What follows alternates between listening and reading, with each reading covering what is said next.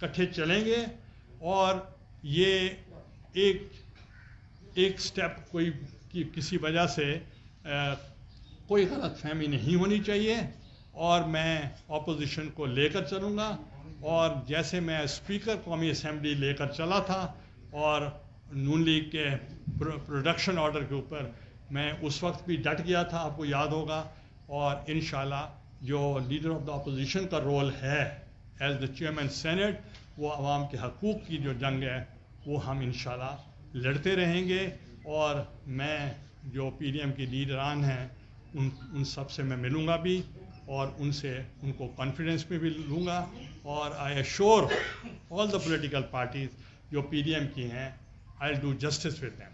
Thank you very much. ایک minute جی نادر صاحب، آج جو نوٹیفکیشن جاری ہوا ہے اس کے بعد خاصی تنقید کی جا رہی ہے، جس کا ذکر آپ نے بھی کیا، لیکن ساتھ ہی آپ نے ہائی کورٹ میں درخواست بھی دائر کی جس میں آپ کے وکیل نے موقف اپنایا جب ان کو کہا گیا کہ اگر آپ کے پاس ووٹ ہیں تو آپ تحریک عدم اعتماد لائیں. تو نائب صاحب نے وہاں پر کہا کہ ہم چیئرمین سینٹ ثابت سنجرانی کو چیئرمین مانتے ہی نہیں ہیں، تو ان کے خلاف تحریک کیوں لائیں؟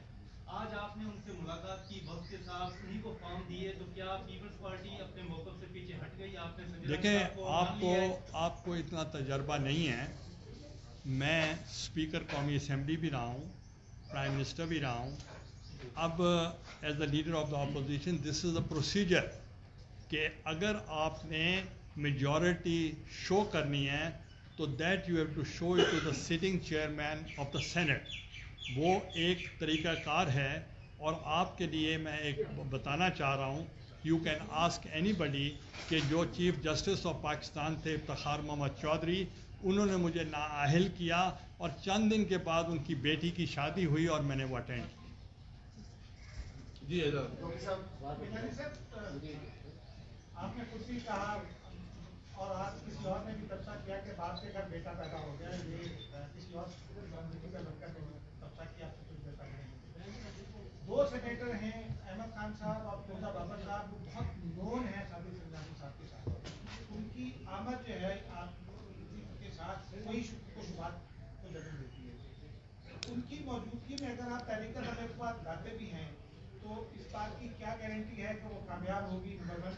نمبر 2 یہ ہے کہ جو اسلام آباد ہائی کورٹ نے آپ کی درخواست کو ابتدائی طور پر مسترد کیا، اور آپ کے وکیل فاروق عنایت صاحب نے یہ کہا کہ سپریم کورٹ میں جائیں گے، تو کیا وہ فیصلہ ابھی برقرار ہے، یا آج جو کچھ بھی ہوا جس میں پی ڈی ایم تو عملی طور پر تقریباً ختم ہو گئی، اس کے بعد سپریم کورٹ میں پیپلز پارٹی نہیں جائے گی؟ دیکھیں، پہلی تو بات یہ ہے کہ میں آپ سے اتفاق نہیں کرتا کہ جو پی ڈی ایم کا جو وہاں ایک گروپ ہے دلاور صاحب کا، وہ انڈیپینڈنٹ گروپ ہے اور اس کا ان سے کوئی تعلق نہیں ہے. اور آپ اگر کچھ اپنی رائے رکھنا چاہتے ہیں تو ٹھیک ہے، آپ اپنی رائے ہوگی، مگر وہ ایک انڈیپینڈنٹلی ہمارے ساتھ ایک گروپ جو اپوزیشن میں بیٹھنے کے لیے آئے ہیں.